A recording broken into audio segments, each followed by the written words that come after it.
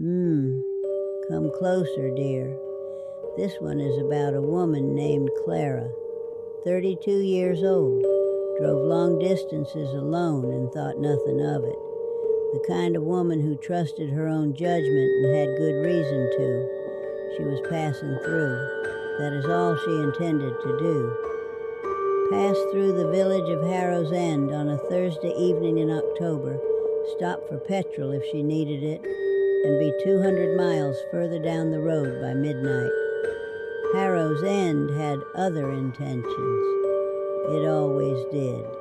The village had been feeding on travelers for a very long time, and Clara, driving alone with her window down and her music low and not a single reason to be afraid, was exactly what it had been waiting for.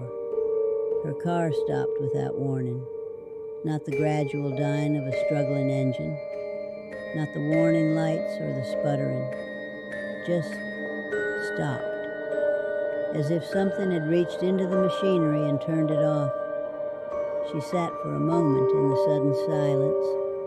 Outside the windscreen, Harrow's End spread around her, a single road through the middle, houses on either side, old stone, dark windows, no lights on in any of them despite the hour. A church at the far end with a crooked spire. Fog rolling in from somewhere low and close. Clara checked her phone. No signal. She looked up at the village. The village looked back. She walked. There was nothing else to do. Her car was dead. Her phone had no signal. And somewhere in this village there had to be a person, a shop, a pub, someone awake at 9 in the evening who could help her. The street was empty. That was not unusual. Small villages emptied early. What was unusual was the feeling of being watched from every dark window she passed. Not imagination. Not the prickling unease of a tired mind on a dark road. Something specific and deliberate. Eyes in the dark of every house she passed, tracking her progress down the street. Clara walked faster. The fog thickened around her ankles. She found a woman, standing in a doorway at the edge of the street, perfectly still, as if she had been placed there, middle-aged, gray cardigan, hands at her sides. Clara asked for help, explained about the car, the phone, the signal. The woman looked at her. Her eyes were wrong, too wide, too still. The eyes of someone who was not quite operating their own face. The look of a puppet whose strings had been taken up by something that did not fully understand expressions. She smiled. It was the worst part. The smile that came a full second too late, as if the instruction for it had traveled a very long distance before arriving. Clara took a step back, and behind her, from every dark doorway on the street, other figures emerged, standing, watching, all with the same two wide eyes, all with the same delayed smile. She ran. The villagers did not run after her. They walked, slowly, steadily, all of them moving in the same direction at the same pace, the fog parting around their feet, their two wide eyes fixed on Clara. They did not need to hurry. She had nowhere to go. The road out of the village, the road her car sat dead on, was behind them. The fields beyond the houses were dark and flat, and went nowhere she could find in the fog. The church at the end of the road stood with its crooked spire against the dark sky. Clara ran toward the church. It was the only thing left. The church was unlocked. She pushed through the door, and the air inside was cold, colder than outside, colder than October had any right to be. And the darkness was complete, except for something at the altar. A glow, dull, amber, coming from an object sitting on the stone altar at the far end of the church. Clara moved toward it. The floor was covered in markings, carved into the stone, ancient, worn smooth by centuries of feet, but still visible.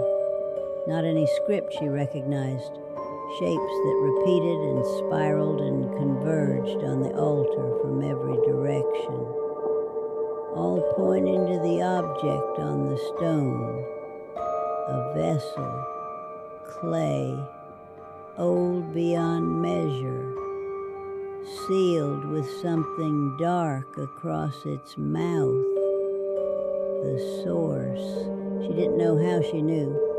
She simply did. Whatever fed on the travelers who came through Harrow's End, whatever put those wrong eyes in those empty faces, it was in there.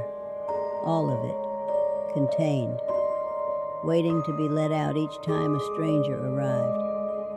She reached for it, and the demon knew. The amber glow surged. The vessel shook on the stone, and out of it, not slowly, not gradually, something tore itself free, enormous, black, scarred. The ceiling of the church cracked above it as it rose. Its horns scraped the stone arches. Its burning red eyes found Clara immediately. This was rage. This was something that had been contained for a very long time and was very, very angry about it. It hit her like a pressure wave. One moment it was at the altar. The next, she was against the far wall of the church with the breath knocked out of her. It looked at her. She looked back. She was not going to run. Her eyes went to the vessel on the altar behind the demon, still there, still intact. She moved, not toward the door, toward the altar. The demon's darkness reached for her, tendrils of black pulling at her clothes, her hair, her feet, and Clara fought through it like moving through deep water. One step, then another. The vessel. She kept her eyes on it. Her hands closed around it. The cold of it was unnatural. Her fingers found the seal. She pulled. The demon screamed, not a sound, a force. Something that cracked the stone beneath her feet and shattered the windows. Clara pulled harder. The seal broke, and light came out, blinding, total. Clara closed her eyes. The demon dissolved, gone, unwound, pulled apart. Outside, every possessed villager collapsed, like puppets with their strings cut. She stood in the ruins of the church as dawn came through the broken roof. The vessel lay in pieces at her feet. Clara looked at her hands. They were shaking. That was fine. Shaking meant she was still there. Outside, the villagers began to stir, confused. She looked at the pieces.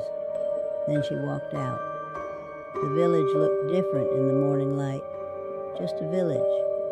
The villagers moved slowly with ordinary eyes. Nobody stopped her.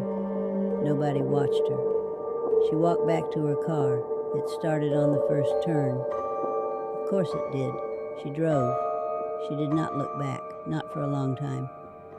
Until the village disappeared behind a curve and there was nothing left but empty countryside. She drove for 2 hours. Then she stopped, stepped out, and breathed. Clara defeated it? That does not happen often, dear. Most who pass through Harrow's End do not come back out. But Clara had something most travelers do not. She did not run from the thing she needed to reach. She ran toward it. Inconvenient. For everyone involved. I'll be right here when you come back. In my chair, where I always am.